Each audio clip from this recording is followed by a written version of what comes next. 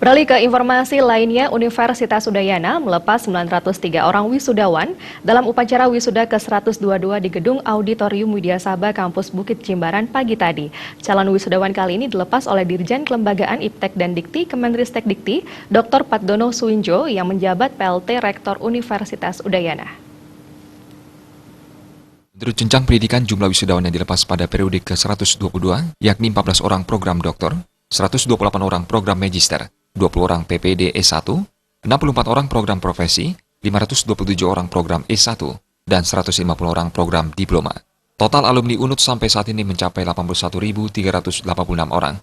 3 lulusan wisudawan terbaik diraih oleh Dr. Made Reina Chandra Dewi, SEMSC, dengan IPK 4,00 dari Prodi S3 Ilmu Manajemen. I Gusti Ayu Putuweni Andayani, SEMSI, dengan IPK 4,00 dari Prodi S2 Akuntansi. Dan I Gusti Bagus Arya Putra, SOS, dengan IPK 3,86 dari Prodi S1 Antropologi. Wakil Rektor Bidang Akademik UNUD, Profesor Dr. DRH Imade Damriasa menyampaikan, secara keseluruhan IPK rata-rata wisudawan kali ini cukup bagus. Begitu juga dengan rata-rata lama studi.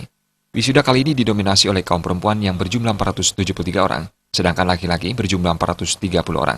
Dari sisi prestasi akademik, mahasiswa perempuan lebih baik daripada laki-laki, yaitu rata-rata IPK perempuan 3,47, sedangkan rata-rata IPK laki-laki 3,38. Sementara itu untuk masa studi rata-rata perempuan 7,3 semester dan laki-laki menempuh masa studi rata-rata 8 semester. Pada kesempatan tersebut, Profesor Damriasa mengucapkan selamat kepada wisudawan dan ucapan terima kasih atas kepercayaannya pada UNUD sebagai tempat proses pembelajaran di pendidikan tinggi.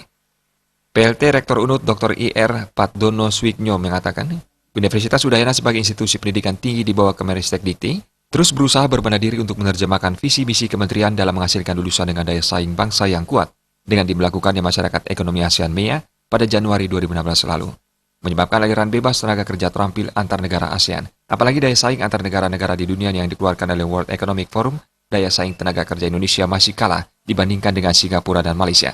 Pihaknya berharap lulusan mahasiswa UNUD mampu bersaing dengan tenaga kerja di kawasan ASEAN. Perguruan tinggi di Singapura telah membangun kompetensi agar lulusannya bisa mencapai nomor urutan 2 paling kompetitif di dunia. Adapun kompetensi yang dibangun yakni menjadi sosok yang percaya diri, pembelajaran yang mandiri, berkontribusi aktif dan menjadi warga negara yang peduli. Walaupun di Indonesia secara tegas kompetensi tersebut belum terlihat, tetapi secara eksplisit maupun implisit dapat dikembangkan selama menempuh perkuliahan. Untuk itu penting bagi Kemenristek Dikti untuk mengembangkan, mensupport Udayana menjadi perguruan tinggi yang bagus, sehingga nanti itu bisa melakukan pembinaan terhadap perguruan tinggi di Indonesia Timur. Misalkan sekarang Udayana itu sudah kita minta untuk melakukan pembinaan di fakultas-fakultas kedokteran, ya.